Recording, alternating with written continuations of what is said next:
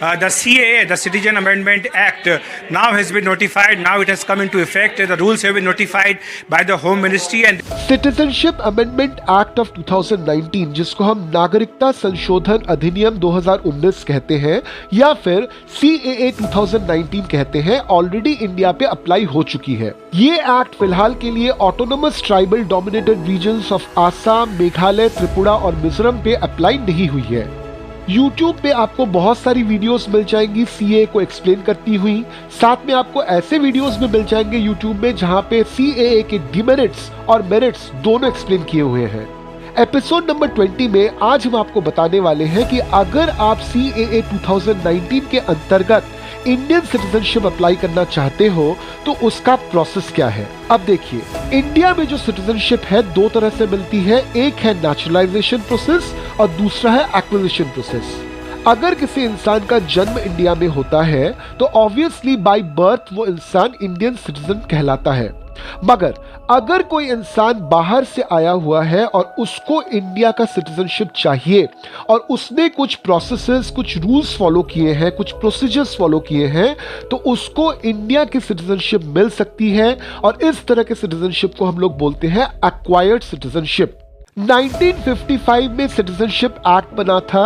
CAA 2019 ने 1955 के citizenship act के शेड्यूल 6B को थोड़ा सा चेंज किया है। अकॉर्डिंग टू CAA 2019, अगर कोई हिंदू, सिख, जैन, बुद्धिस्ट, पारसी या फिर क्रिश्चियन कम्युनिटी का इंसान पाकिस्तान, अफगानिस्तान और बांग्लादेश जैसे देशों में रहता है और वहां से किसी भी कारण से may be due to any type of religious atrocity निकल के इंडिया में आ चुका है, तो उसको CAA के अंतर्गत लाया जा सकता है और वो इंसान इंडिया के सिटीजनशिप के लिए अप्लाई कर सकता है।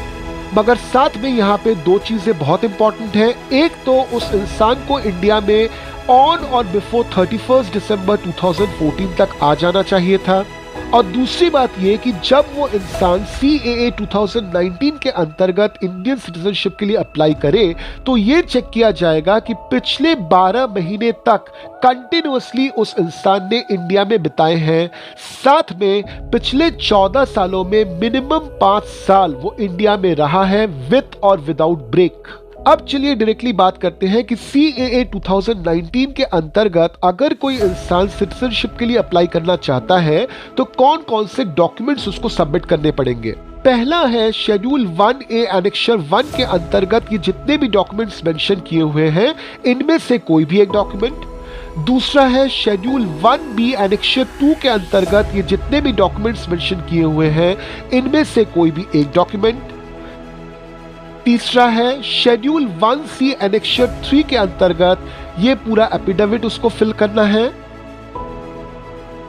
चौथा है अगर उस इंसान के पास पाकिस्तान, बांग्लादेश या फिर अफगानिस्तान का कोई पासपोर्ट है और अगर वो पासपोर्ट वैलिड है या फिर एक्सपायर कर चुका है तो उस पासपोर्ट की एक कॉपी। पांचवा है अगर वो इंसान पाकिस्तान, बांग्लादेश या फिर अफगानिस्तान से इंडिया आया हुआ था ऑन अ रेसिडेंशियल परमिट और अगर वो परमिट एक्सपायर हो चुका है या फिर वैलिड भी है तो उसकी एक कॉपी।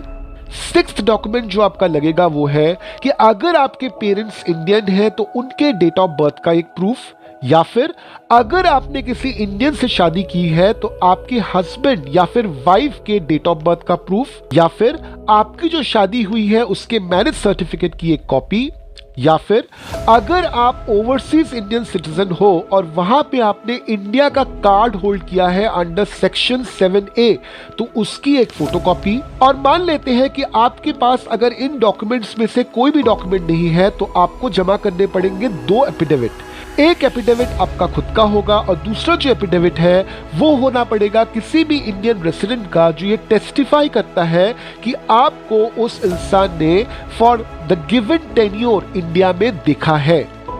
अब ये जितने भी डॉक्यूमेंट्स हैं इन डॉक्यूमेंट्स के जरिए आपको अप्लाई करनी पड़ेगी सिटीजनशिप के लिए ऑनलाइन। वेबसाइट का URL हमने आपको दे रखा है स्क्रीन पर। इसके अलावा आप एक मोबाइल एप्लीकेशन जिसका नाम है CAA 2019 उसके जरिए भी सिटीजनशिप के लिए अप्लाई कर सकते हो।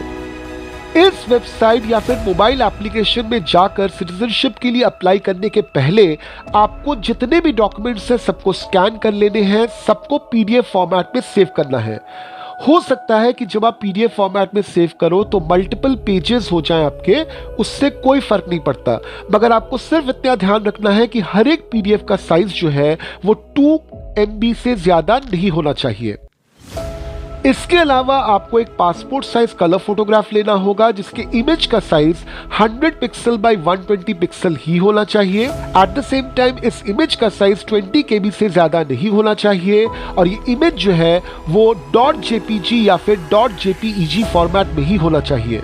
और एक चीज आपको करनी है कि आपको अपने सिग्नेचर का इमेज लेना है। इस सिग्नेचर की इमेज का साइज जो है वो 100 पिक्सल बाय 120 पिक्सल ही होना चाहिए। साइज इसकी 20 KB से ज्यादा नहीं होनी चाहिए और इसका फॉर्मेट भी .jpg या फिर .jpeg ही होना चाहिए। इसके अलावा जो भी अप्लाई कर रहा है सिटीजनशिप के लिए उसके पास एक वैलिड ईमेल आईडी होना चाहिए, वैलिड मोबाइल नंबर होना चाहिए। अब आपको वेबसाइट में जाना है, वहां पे कुछ सिंपल क्वेश्चंस आपसे पूछे जाएंगे, उसको आपको आंसर करना है, जिसके बेसिस पे आपको एक फॉर्म दिखाई जाएगी। इस फॉर्म को आपको प्रॉपर्ली फिलअप करना है, जितने भी डॉक्यूमेंट्स हैं उनको अपलोड कर देना है और साथ में एक ऑनलाइन प्रोसेसिंग फीस आपको देनी है, दैट इज ₹50 ओनली।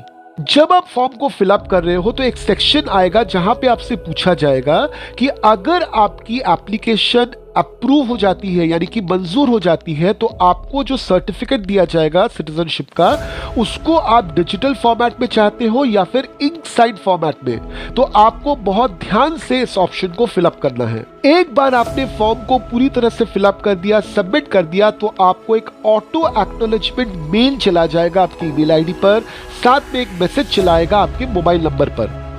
इस मेल और इस मैसेज में देखिएगा एक डेट और एक टाइम मेंशन की होगी। इस पर्टिकुलर डेट और टाइम पे आपको सभी ओरिजिनल डॉक्यूमेंट्स के साथ डिस्ट्रिक्ट लेवल कमिटी के पास जाना पड़ेगा।